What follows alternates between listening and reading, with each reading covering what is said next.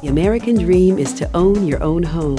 It can be challenging, but our team of professionals at RGH Realty Number 1 are here to help you meet that challenge and purchase that American dream. Siddiqui, let's talk about credit. Okay, Robin, let's talk about credit. As we all know, credit is everything. First and foremost is the credit score. You have 3 credit scores. You want to make sure 2 of them are at or above a 620. If you're below that, there are a few lenders that will do it, but because there are only a few, they make the rules and they cherry pick. So they'll do some of the loans, they won't do some of the loans. It's really not predictable, and when you're buying a home, I don't think it's a good idea to play games with that. You want to make sure you're going to get your mortgage.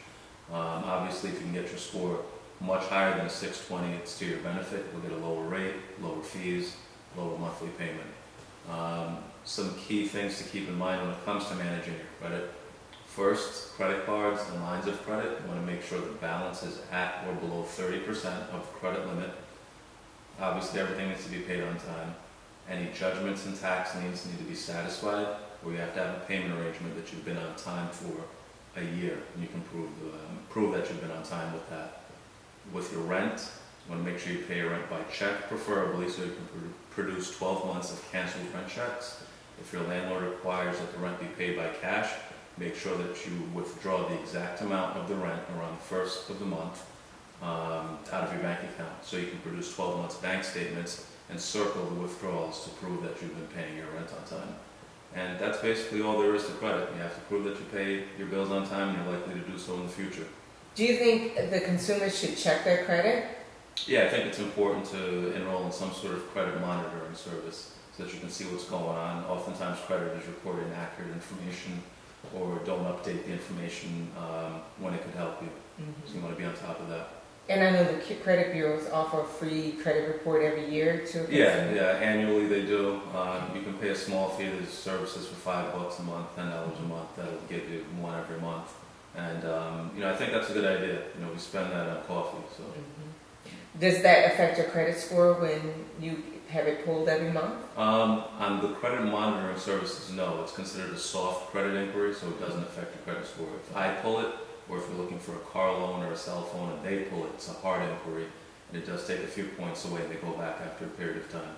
Okay, so when someone's looking for a home, and then they start shopping for clothes or going to credit cards and opening credit cards just for whatever reason, I mean, is that a good thing or bad? No, that's a horrible thing. When you're buying a home, the bank looks at your credit report, your credit profile. You want to keep it the way that they saw it until you close. After you close, do what you have to do. If you want to get furniture or make some repairs, that's fine.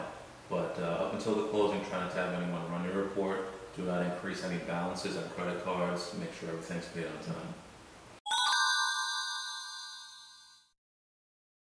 If the consumer is ready to seriously look for a home, they should not have any credit activity on their report. Is that what you're saying? They should keep it to a minimum, yes, as far as opening new accounts or closing accounts or increasing balances. What about shopping? Not a good idea.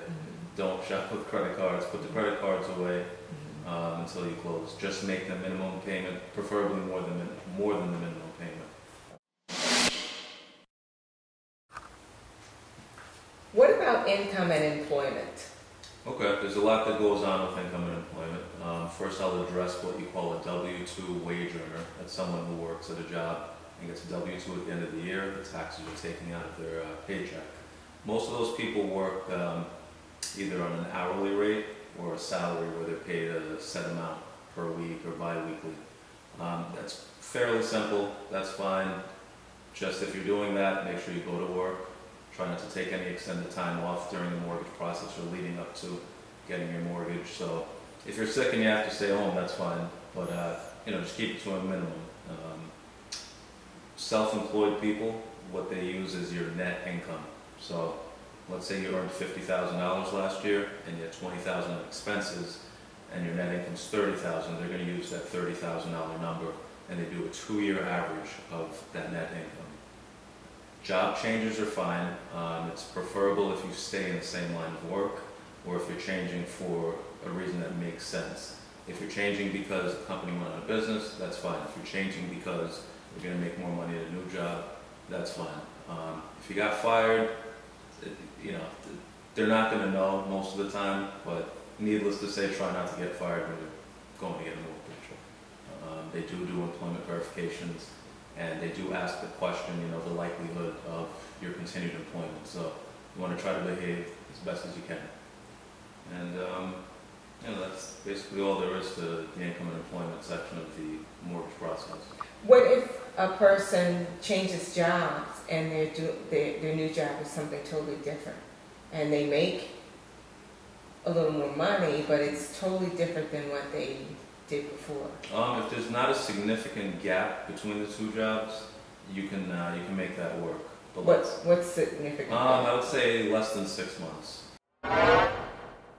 They may want to see you at the new position for 6 months to make sure it's something that you're comfortable doing and something that you may continue doing. Siddiqui, what about assets on a file? Assets are also important, very important. The first thing they want to verify is that you actually have enough money to close on the house. So you have to show that you have enough for the down payment and for the closing costs. You also have to show that those funds came from a legitimate source or legitimate sources. So they do ask for generally a 60-day history on any of your asset statements, and any large deposits, they want to see where the money's coming from. A large deposit's sort of a reasonability, common sense sort of thing. So if you're making $250,000 a year and you put $1,000 into the bank, it's not the end of the world. They're probably not going to ask you to show where that money came from. If you put $100,000 into the bank with that same income, they're going to want to see where that came from, because that's going to take you a while to put that amount of money together. When you say where it came from, how are they going to have to prove that? Generally, you want to show another bank statement so that it came from another account. If it came from someone else, you want to get a copy of the check from that person, or a check from that entity, maybe if you took it out of a retirement account or some investment stocks. What they're looking for is they don't want to see cash that just appeared, or mattress money as we call it. So if a person, the family member gave them money? Yeah, that's fine. Just a family member has to show leaving their account and entering the borrower's account. Okay. And another important thing is they do verify that you have enough funds to close. But obviously, if you're buying a house and you're putting 20% down and all you have is 20%, they're a little nervous, because how are you going to make the first month's mortgage payment? So it's a good idea to show that you have at least 2 months of mortgage payments after you close saved. 6 months is ideal, but a minimum of 2 is my personal preference to getting a deal done and keeping the underwriters happy. Well, they're not asking for 20% all the time. No, they're not. I just threw that out there. Okay, so it could be as little as 3.5% down. If you're a veteran, or if you're buying a property that's in a rural area, you can do a USDA loan. With those programs, you can put nothing down. And FHA? It's 3.5% for FHA. And VA, you say it's... Yeah, VA is no down payment required. Obviously, most sellers aren't going to take their house off the market for nothing, so you would have to put something, you know, in reality. But as far as the loan programs go, it's not required. Okay. What about seller's concessions? Okay, seller's concession is a way for you to finance your closing costs. It helps you reduce the amount of money that you're spending out of your own pocket, and it's really not that much more expensive on a monthly basis for the borrower. The key thing with a seller's concession is the property does have to appraise for more than just the base purchase price or whatever the seller would be getting, because you are going to, in a sense, inflate the purchase price. So if you're buying a $400,000 house and you want the closing costs included in the mortgage, you would say to the seller, why don't I give you $415,000 or $420,000 for the house? You take that extra $20,000 and you pay my closing costs for me, and then the bank will base your loan amount on the $420,000 purchase price. The property will have to appraise for the $420,000. That's the only caveat with that. And that just really helps the consumer. Yeah, just save money. Yeah.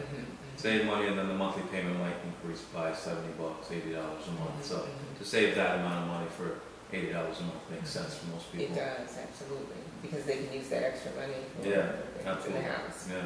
RGH Realty #1 Inc.